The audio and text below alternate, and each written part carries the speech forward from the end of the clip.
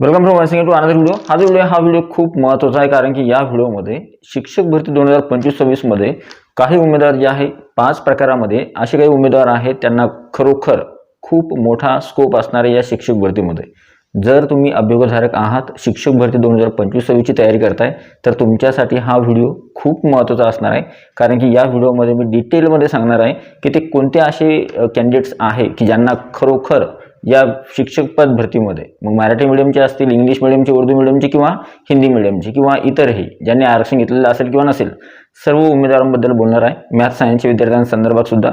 तर हा जो व्हिडिओ आहे खूप महत्त्वाचा आहे। व्हिडिओ आवडला तर व्हिडिओला नक्की लाईक करा, हा जो व्हिडिओ हा जास्तीत जास्त शेअर करा। आणि एक महत्त्वाची गोष्ट म्हणजे तुमच्यासमोर जे काही कंटेंट आणले जाते किंवा तुमच्यासमोर जी काही माहिती आणली जाते ती पूर्ण माहिती ऑथेंटिक असते आणि सर्व माहिती जी आहे ती खरी असते। तुम्ही तपासून सुद्धा बघू शकता। आणि शिक्षक भरती 2025-26 ची मेरिट लिस्ट लागल्यानंतर तुम्ही बघाल सुद्धा की या उमेदवारांचा नंबर जो आहे शिक्षक भरतीमध्ये लागलेला असेल। व्हिडिओ जो आहे खूप महत्त्वाचा आहे, या व्हिडिओला हाईप करायला विसरू नका, ठीक आहे। व्हिडिओ आवडला तर व्हिडिओला लाईक करा, तुम्ही चॅनलवर नवीन असाल तर चॅनलला सबस्क्राइब करा, साइडच नोटिफिकेशन बेल त्याला ऑलवर सेट करा, जेणेकरून तुमच्याकडून कोणत्याही प्रकारचं नोटिफिकेशन मिस होणार नाही। तर चला सुरू करूया आजचा व्हिडिओ। सगळ्यात अगोदर पहिली महत्त्वाची गोष्ट जी आहे ती आहे महिला उमेदवारांसाठी। आता ॲक्च्युअलमध्ये महिला उमेदवारांबद्दल थोडं जे आहे मला एक महत्त्वाची गोष्ट सांगायची ती अशी आहे की कास्टमधल्या फिमेल ज्या आहेत त्या किंवा मग ओपन कॅटेगरीमध्ये जरी फिमेल असला, तुम्ही ओपन म्हणजे फिमेल असाल पण तुम्ही जर समजा ओपनमधून जरी फॉर्म भरला असेल तरी सुद्धा तुम्हाला जो आहे स्कोप आहे शिक्षक भरती 2025-26 मध्ये। आता ते कसं बघा, जर तुमचा स्कोअर ॲव्हरेज आहे, ठीक आहे, तरी सुद्धा तुम्हाला संधी मिळेल, कारण की फिमेलसाठी जागा ज्या आहेत ॲक्च्युअली जागा जास्त येतात आणि जास्त ठिकाणी तुमचा विचार होतो। आता जर समजा फॉर एक्झाम्पल आपण कास्ट एखादी कॅटेगरीची फिमेल आहे आणि त्या फिमेलचा जर आपण विचार केला तर तिला कास्टच्या ज्या जनरल जागा आहेत त्या प्लस कास्टमधल्या ज्या रिझर्वेशन जागा आहे वुमन रिझर्वेशनसाठी 29% त्या जागा सुद्धा तिला दिसतात। ओपन जनरलच्या जागा ज्या आहेत तिथं सुद्धा ती कन्सिडर केल्या जाते। नंतर ओपन फिमेलच्या जागा ज्या आहेत त्या सुद्धा तिच्यासाठी कन्सिडर केल्या जातात। तर मग एवढ्या ठिकाणी एक फिमेलचा विचार केला जातो। आणि जर आपण बघितलं की जेवढी अभ्यर्थीधारक आहेत त्या प्रमाणामध्ये जर महिलांची संख्या बघितली तर महिला सुद्धा आहेत त्या प्रमाणामध्ये, पण मग काही अशा महिला की ज्या खूप कमी आहेत की ज्या उच्च शिक्षित आहेत, TT paper 1 TT paper 2 pass आहेत, पण त्यांचा स्कोअर जर ॲव्हरेज जरी असला तरी सुद्धा शिक्षक भरतीमध्ये 2025-26 मध्ये त्यांची लागण्याची शक्यता जास्त असते। आणि तुम्ही यावर्षी शिक्षक पद भरती 2025-26 ची ज्यावेळेस मेरिट लिस्ट बघाल येणाऱ्या काळामध्ये, तर त्यावेळेस तुम्ही बघाल की कोणकोणत्या फिमेलचा जो आहे किंवा त्याच्यामध्ये किती महिलांचा नंबर शिक्षक पद भरतीमध्ये लागलेला असेल, ठीक आहे। पुढचा जो महत्त्वाचा मुद्दा आहे तो आहे सायन्स आणि मॅथ उमेदवारांसाठी। या उमेदवारांसाठी गोल्डन चान्स असा आहे की मागील काही भरतीमध्ये किंवा येणाऱ्या समोरच्या सुद्धा भरतीमध्ये जे आहे ज्यावेळेस सायन्स मॅथचं पद रिक्त होतं, तर तिथे आता सद्यस्थितीमध्ये महाराष्ट्रामध्ये जी सिच्युएशन आहे 2026 मध्ये सुद्धा सद्यस्थितीमध्ये संच मान्यता झाली असली तरी सुद्धा याच्यामध्ये मॅथ आणि सायन्सची पदं जी आहेत भरपूर रिक्त आहेत। म्हणजे असं नाही की मॅथ आणि सायन्सची पदं रिक्त नाही आहेत, मग मॅथ आणि सायन्सची पदं रिक्त आहे। त्याच्यामुळं ऑब्वियस आतापर्यंत जसा कट ऑफ मॅथ आणि सायन्सचा असला किंवा होता त्या पद्धतीनंच यावर्षी सुद्धा कट ऑफ जो आहे मॅथ आणि सायन्सचा राहणार आहे। म्हणजे जास्त कट ऑफ वाढणार नाहीये किंवा मार्क्स त्यांना जास्त लागणार नाहीये। थोडक्यात कारण काय बघा, ॲक्च्युली तुम्हाला मॅथ आणि सायन्ससाठी तुम्ही केव्हा एलिजिबल ठरता, तर जर तुमचा टीटीचा पेपर क्रमांक 2 उत्तीर्ण आहे आणि तुम्ही जर सायन्स फॅकल्टीचे असाल सायन्स स्ट्रीममधून, ठीक आहे, आणि वर्ग 6 ते 8 साठी जर तुम्ही अप्लाय करायचा प्रयत्न करताय तर त्यावेळेस सायन्स मॅथचा जो कट ऑफ आहे तो खूप कमी राहणार आहे यावर्षी सुद्धा, आणि जागा ज्या आहेत चांगल्या प्रमाणामध्ये रिक्त आहे। सायन्स मॅथचा कट ऑफ मागच्या वर्षी 104 वर होता, त्यानुसार तुम्ही ठरवून घ्या की सायन्स मॅथचा कट ऑफ यावर्षी किती येऊ शकतो। 5-10 मार्काचा फरक पडेल, जास्त फरक पडणार नाही। सायन्स मॅथचे जे विद्यार्थी आहेत त्यांच्यासाठी मात्र ही आनंदाची बातमी आहे। जर तुम्ही 6 ते 8 साठी आणि टीटी पेपर क्रमांक 2 उत्तीर्ण आहात तर त्यावेळेस तुमच्याजवळ खूप सुवर्ण संधी आहे की तुम्ही 6 ते 8 साठी अप्लाय करायला पाहिजे आणि त्यावेळेस तुमची निवड होण्याची शक्यता खूप जास्त आहे। त्यावेळेस तुम्हाला जास्त स्कोप असणार आहे। मॅथ आणि सायन्सचे विद्यार्थी 2017 मध्ये भेटलेच नाही, 2022 मध्ये कट ऑफ खूप खाली आला तेव्हा सुद्धा जागा रिक्त होत्या, आणि यावेळेस सोशल सायन्सच्या जागा अतिरिक्त होत आहेत, पण मॅथ आणि सायन्सच्या जागेला धक्का सुद्धा नाही आहे। त्याच्यामुळे मॅथ आणि सायन्सच्या जागेसाठी किंवा जे मॅथ आणि सायन्सचे उमेदवार आहेत त्यांच्यासाठी ही गुड न्यूज आहे। तिसरे जे महत्त्वाचे उमेदवार आहेत ते आहे मीडियमनुसार। आता सर्वात जास्त उमेदवारांसाठी ही आनंदाची बातमी आहे। जेवढे काही अभ्यर्थीधारक आहेत त्यांनी व्यवस्थित आणि काळजीपूर्वक ऐका बघा। सगळ्यात अगोदर मराठी मीडियमचे जे विद्यार्थी आहेत त्यांना एक माझा सल्ला असेल तो असा आहे, जर तुम्ही 4 वर्गासाठी पात्र आहात, वर्ग 1 ते 5, 6 ते 8, 9वी 10वी आणि 11वी 12वी, तर 11वी 12वी आणि 9वी 10वी साठी जर तुमचा स्कोअर चांगला आहे तर त्यावेळेस तिथे अप्लाय करा। पण जर तुमचा स्कोअर कमी असेल आणि जर तुम्हाला असं बघायचं असेल किंवा आपल्याला शासकीय नोकरी पाहिजे आणि त्यातल्या विशेष म्हणजे किंवा आपल्याला खाजगी नको आहे पण आपल्याला गव्हर्नमेंट सर्व्हिस जी आहे किंवा थोडक्यात झडपी, मनपा किंवा नपा जी आहे जिथे विदाऊट इंटरव्ह्यू सिलेक्शन होतं अशी जागा पाहिजे, तर त्यावेळेस तुम्ही वर्ग 1 ते 5 साठी शक्यतो प्रयत्न करायला पाहिजे आणि तिथंच प्रिफरन्स जास्तीत जास्त द्यायला पाहिजे. कशा प्रकारे बघा, जर तुमचं DED आहे किंवा DTED आहे तर त्यावेळेस तुम्हाला ऑब्वियस स्कोप आहे वर्ग 1 ते 5 साठी, तिथे BED धारक चालतच नाही. नंतर शासकीय जागा ज्या आहेत झडपीच्या, MNP किंवा NP, मनपा किंवा नपा यांच्या जागासुद्धा ज्या आहेत 1 ते 5च्या जास्त असतात. TT पेपर क्रमांक 1 मात्र उत्तीर्ण लागतो तुमचा. आणि सगळेच महत्त्वाचं म्हणजे इथे वर्ग 1 ते 5 साठी जो मेरिट येणार आहे तो मात्र खूप कमी येणार आहे. वर्ग 1 ते 5च्या जागा भरपूर असणार आहे ॲज कम्पेअर टू 6 ते 8, 9 ते 10 आणि 11वी 12वी. ठीक आहे, त्याच्यामुळे वर्ग 1 ते 5 आणि जर तुमचं DED असेल, TT पेपर 1 असेल आणि जर तुम्ही मराठी मीडियमचे असाल तर त्यावेळेस तुम्ही या वर्गासाठी एलिजिबल आहात आणि या वर्गासाठी तुम्ही प्रिफरन्स द्या. तुमचा नंबर जो आहे शिक्षक भरतीमध्ये लागेल, तुम्हाला स्कोप नक्की आहे मराठी मीडियमच्या विद्यार्थ्यांसाठी. ठीक आहे, दुसरे जे विद्यार्थी आहेत ते आहेत उर्दू मीडियमचे विद्यार्थी. आता उर्दू मीडियमच्या विद्यार्थ्यांमध्ये एक संभ्रम आहे की यावर्षी जागा किती येतील, जागा आल्या तर आपला नंबर शिक्षक भरतीमध्ये लागेल का. आता तर बघा, उर्दू मीडियमचे जे विद्यार्थी आहेत त्यांच्यासाठी 2-4 प्लस पॉईंट असे आहेत की उर्दू मीडियमच्या जागा सेपरेट येतात, मराठी मीडियमच्या वेगळ्या आणि उर्दू मीडियमच्या वेगळ्या. त्याच्यामुळे उर्दू मीडियमचे जे विद्यार्थी आहेत त्यांनी एक गोष्ट लक्षात ठेवायची आहे, तुमच्या जागासाठी दुसरे उमेदवार हक्क नाही सांगू शकत. उदाहरणार्थ, आणि तुम्ही एलिजिबल केव्हा ठरता, जर तुमचं 10वीपर्यंत शिक्षण उर्दू मीडियममध्ये झालेलं आहे आणि तुमचं जे काही क्वालिफिकेशन असेल ते जर कन्सिडर केला गेला असेल उर्दू मीडियमसाठी, तर त्यावेळेस उर्दू मीडियमच्या जागेसाठी तुमचा विचार होतो.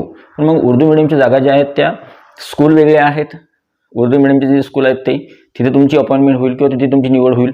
आणि त्याच्यासाठी सगळ्यात महत्त्वाचं म्हणजे उर्दू मीडियममध्ये निवडल्यानंतर तुमच्या जागा जरी कमी असल्या किंवा जागा जरी तुम्हाला असं वाटलं की बा यावर्षी येणार किंवा नाही येणार, तर जागा येणार, 100% जागा येतील उर्दू मीडियमच्या, त्याच्यामध्ये काही हरकत नाही आहे. उर्दू मीडियमच्या जागा येतील, जागा मर्यादित जरी असल्या तरीसुद्धा तुमची मार्क्स जे आहेत खूप कमी राहतील दरवर्षीप्रमाणेच. म्हणजे ज्या वर्षी मागच्या भरतीमध्ये जर बघितलं तुम्ही जशा प्रमाणे मार्क्स लागले त्यानुसारच मार्क्स तुम्हाला कदाचित 5-10 मार्क्सचा फरक पडेल, पण जास्त मार्क्सचा फरक पडणार नाही. उर्दू मीडियमच्या विद्यार्थ्यांसाठी ही चांगली गोष्ट आहे की तुमच्या स्कूल वेगळी आहे, सेपरेट आहे, तुमचा कट ऑफ वेगळा लागणार, तुमचा मेरिट वेगळा लागणार, तुमचे स्टुडंट वेगळे आहे, तुमची मर्यादित विद्यार्थी संख्या आहे, त्याच्यामुळे या सगळ्या गोष्टी परिणाम करणार तुमच्या मेरिटवर. पुढची जी गोष्ट आहे ती आहे इंग्लिश मीडियमसाठी. आता इंग्लिश मीडियमचा एक प्रश्न तर खूप प्रामुख्याने जाणवला मला, कोणता, इंग्लिश मीडियमच्या विद्यार्थ्यांचं म्हणणं आहे आमच्यासाठी जागा येणार नाही, मराठी मीडियमसाठी येतील, उर्दू मीडियमसाठी येतील किंवा इतर मीडियमसाठी येतील, पण आमच्या मीडियमसाठी जागा जास्त येणार नाही. तसं काही नाही आहे, इंग्लिश मीडियमच्या जागा भरपूर येणार आहेत. तुम्ही बघितलं नसेल पण तुम्हाला एक गोष्ट सांगतो, शासनाचं जे आहे सद्यस्थितीमध्ये एक गोष्ट तुम्ही ऑब्झर्व केली असेल की ग्रामीण भागामध्ये किंवा वेगवेगळ्या ठिकाणी जे पालक आहेत ते विद्यार्थ्यांना कॉन्व्हेंट स्कूलमध्ये किंवा इंग्लिश मीडियममध्ये किंवा सेमी इंग्लिशमध्ये शिकवण्याचा ते जास्तीत जास्त प्रयत्न करत आहेत. तर त्यावेळेस मागच्या भरतीमध्ये सुद्धा इंग्लिश मीडियमच्या जास्त जागा का आल्या होत्या त्याच्यामागचं कारण सांगतो. कारण की शासनाचा सुद्धा भर असा आहे की ह्या ज्या स्कूल आहेत आपल्या झडपी असेल, मनपा असेल किंवा नपा असेल किंवा बाकीच्या खाजगी असतील, तर त्यांना सुद्धा एकदा ॲडव्हान्स लेवलमध्ये त्यांना जर आपण हे केलं तरच विद्यार्थी संख्या वाढेल. त्याच्यामुळं इंग्लिश मिडियमच्या जागा ज्या आहेत त्या भरणं खूप आवश्यक आहे. आणि इंग्लिश मिडियमच्या जागासुद्धा DED जे झालेले आहे इंग्लिश मिडियम DEDमध्ये, तर DED किंवा BED, तर त्यांच्यासाठी इंग्लिश मिडियमच्या जागा येतील आणि इंग्लिश मिडियमच्या जागा येतात आणि त्यांचं मार्क्ससुद्धा त्यांना कमी लागेल. ठीक आहे, आता राहिलं हिंदी मिडियमच्या जागा येतील, तुमचासुद्धा मार्क्स जे आहेत जागा मर्यादित असतील, पण मात्र मेरिटवर सुद्धा तुमचा परिणाम होईल, मेरिट थोडा कमी राहील काही ठिकाणी. ठीक आहे, आता आहे जात प्रवर्ग. जात प्रवर्गामध्ये सगळ्यात महत्त्वाची जो जात प्रवर्ग आहे त्याच्यामध्ये 2-4 कास्ट मला चांगल्या वाटतात की ज्याच्यामध्ये कॉम्पिटिशन कमी आहे. अशा कोणती जात प्रवर्ग आहे तर त्याच्यामध्ये आहे ST पेसा, नंतर VGI, EWS, NTC आणि NTB. या ज्या कास्ट आहेत या कास्टचा कट ऑफ थोडा कमी राहील. बाकीचे ज्या कास्ट आहे अदर कास्ट ज्या आहेत OBC आहे, ओपन आहे, SBC आहे, SBC आहे, SBCचा सुद्धा कट ऑफ कमी राहील. SCBCचा थोडा SBCपेक्षा थोडा वर राहील. नंतर ओपनचा जो आहे कट ऑफ हाय असतो बाकीच्यांपेक्षा, OBCचा कट ऑफ सुद्धा थोडा खाली राहील आणि SCचा कट ऑफ.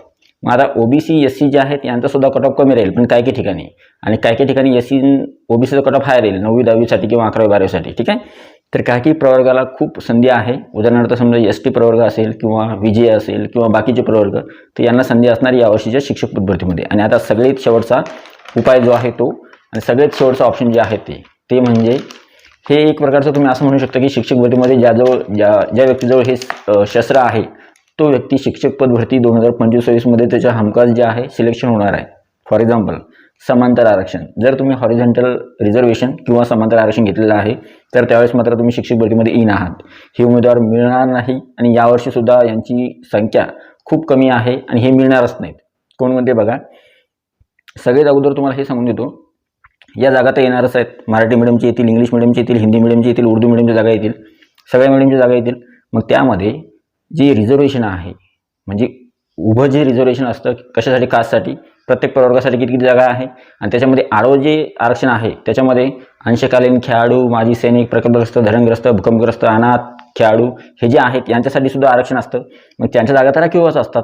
मग या उमेदवारांसाठी जागा ॲक्च्युअलमध्ये राखीव आहे आणि ते उमेदवार तिथे लागणारच, त्यांनाच तिथे भरावं लागतं. ठीक आहे, ते उमेदवार नाही मिळाले तर मग कन्वर्ट राऊंडमध्ये त्या जागा येतात आणि नंतर त्या भरल्या जातात.